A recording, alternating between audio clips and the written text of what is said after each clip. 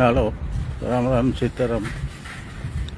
એ બધા ભાઈઓ નહીં થોડા થોડા જોડાઈ જાઓ પછી શેર કરજો. કે આણી છે ને આ ઇઝરાયલમાં મારા અંદાજે મિનિમમ છે ને 15 લાખ શેકલ,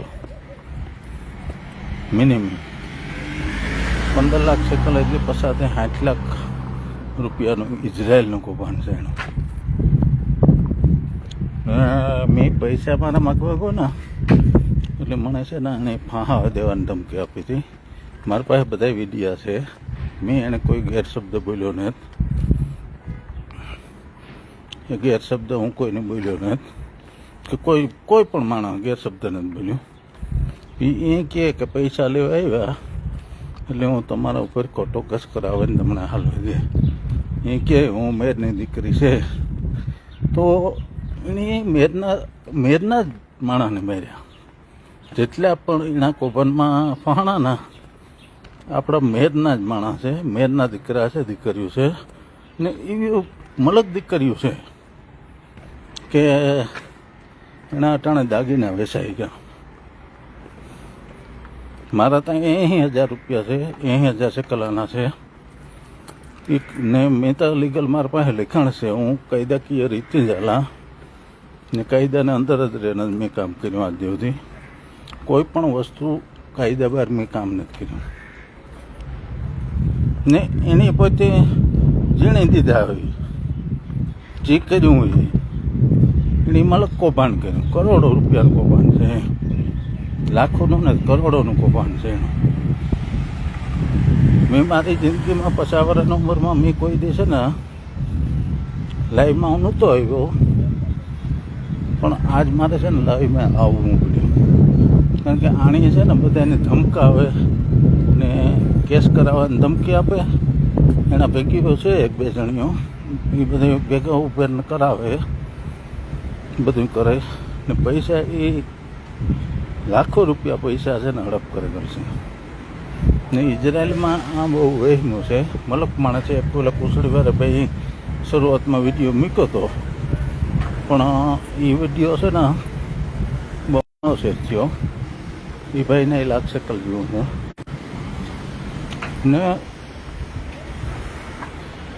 દુનિયાના માણસ રૂપિયા ખાતા. એવું મને કંઈ અફસોસ નહોતો. મને થોડીક આપણું હરમ લાગુ પડતી હતી. થતું હતું કે મારી જિંદગીમાં હું કોઈ દી છે ને નથી લાઈવ થયો, નથી કોઈ દી કોઈ વિશે બોલ્યો, પણ આ વસ્તુ છે ને એન ઉપર વહી ગઈ.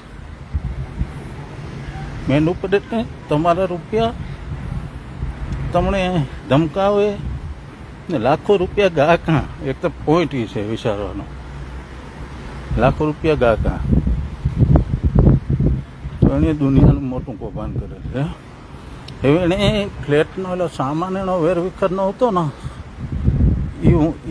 એ લોકેશન ઉપર હું આવ્યો ને લાઈવ થઈને હું સિદ્ધાર્થ ન્યૂઝવાળાને પણ મેં ફોન કરેલ છે ને હું એને કહ્યું કે તમે લાઈવમાં આવો, હું તમને બતાવવા. એને જૂના વિડીયા આજથી 1.5 વર્ષ પહેલાં એના બાલાબાજ, એટલે આપણે બાલાબાજ કહે એટલે મકાન માલિક, એણે જે પૈસા નહોતા ભર્યા ને એણે સાહેબ એનો સામાન બરાબર કાઢી નાખ્યો હતો. એ વસ્તુ છે. આ એનો ફ્લેટ હતો આજથી 1.5 વર્ષ પહેલાં. મારે લાઈવ પ્રૂફ કરવાનું એક જ છે કે ન્યૂઝવાળા ગમે એ વસ્તુમાં છે ને ગમે એ આપી દઈએ, ખોટું ગમે એ હોય એટલે મારે લાઈવ પ્રૂફ કરવાનું છે. ને જો લાઈવ પ્રૂફ કોઈને જોતું હોય ને તો આ જે મકાન છે ને મકાન માલિક પાસેથી એના એગ્રીમેન્ટ પણ હોય કે લીલો આ ટાઈમમાં આના પાસે એગ્રીમેન્ટ કર્યા હતા ને આ ટાઈમે એણે આ રૂમ મૂક્યો. આ ઇઝરાયલમાં એગ્રીમેન્ટ હોય, તમને કોઈ ગમે એ ભાડે ન આપે. આ એનો રૂમ છે.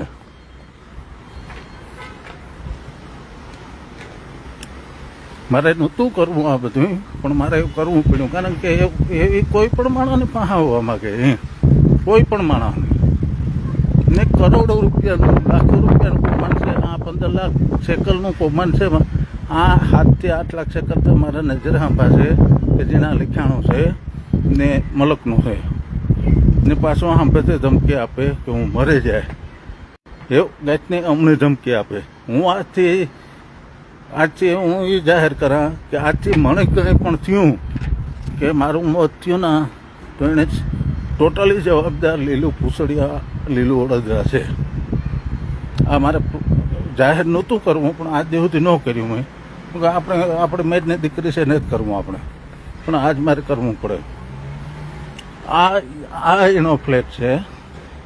આ બાલા બ્લેક તમારે મકાન માલિક હોય ને એગ્રીમેન્ટ હોય એના પાસે લખાણ હોય કે ટાઈમે એની કાર ફ્લેટ ખાલી કર્યો, એને પૈસા નહોતા દીધા એટલે એની છે ને એનો સામાન બહાર ફેંકી દીધો હતો ને આક્ષેપ અમારો ઉપર એની નાખ્યો. પછી બીજા નંબરમાં એની સામાન કાં મૂક્યો હતો એ વસ્તુ સામાન આ જગ્યાએ એને મૂક્યો હતો. જેથી સામાન એને બાલાબાજી કાઢી નાખ્યો ને ત્યારે આ જગ્યાએ એને સામાન મૂક્યો હતો ને ઓલા ભાઈ સંબંધી હતા એટલે એણે સામાન મૂકવાને એણે પરમિશન આપી હતી.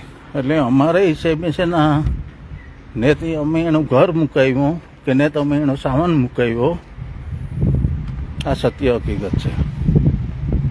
ને ગમે ને આપણા પાસે લીગલી પ્રૂફ છે ને એ કહે કે ફલાણો અને અહીં કરાવે ટીકડો અને અહીં કરાવે તો મારા આ નંબર છે, 2 વોટ્સઅપ નંબર છે, લોકલ નંબર છે, ઇન્ડિયાના નંબર છે, ઇન્ડિયાના નંબર છે. એમાં પોલીસ આપણે માનનીય પોલીસને પણ કહીએ કે એ નંબર ઉપર કોઈ પણ વ્યક્તિનો મારો કોન્ટેક્ટ થયો હોય કે એમાં કોઈ કોન્ટેક્ટમાં મારું નામ કોઈ પણ એવા, હું તો શરાફી માણસ છે, મેં મારી જિંદગીમાં કોઈ દી ખરાબ કામ નથી કર્યું, ક્રિમિનલ મારો કોઈ કેસ જ નથી, પણ આજ મારે છે ને આ કરવું પડ્યું. એ કોન્ટેક્ટ ઉપર કોઈ પણ માણસનો મારે સાબિતી કરાવે બતાવી દઈએ કોલ રેકોર્ડિંગમાં કે આ માણસે આણે એની કોન્ટેક્ટ છે ને આના થ્રુ આ કરાવે. એટલે આ માણસ છે ને ખોટો આક્ષેપ નાખે અને એવું બદનામ કરવા માગે, કારણ કે લાખો રૂપિયાનું એને કૌભાંડ કર્યું ને એ લાખો રૂપિયાનું કૌભાંડ એવું એને પૈસા કોઈને દેવાના ને એવી સ્કીમ આપતી કે તમે 10,000 આપો તો તમને મહિનાથી પછી 12,000 રૂપિયા આપે.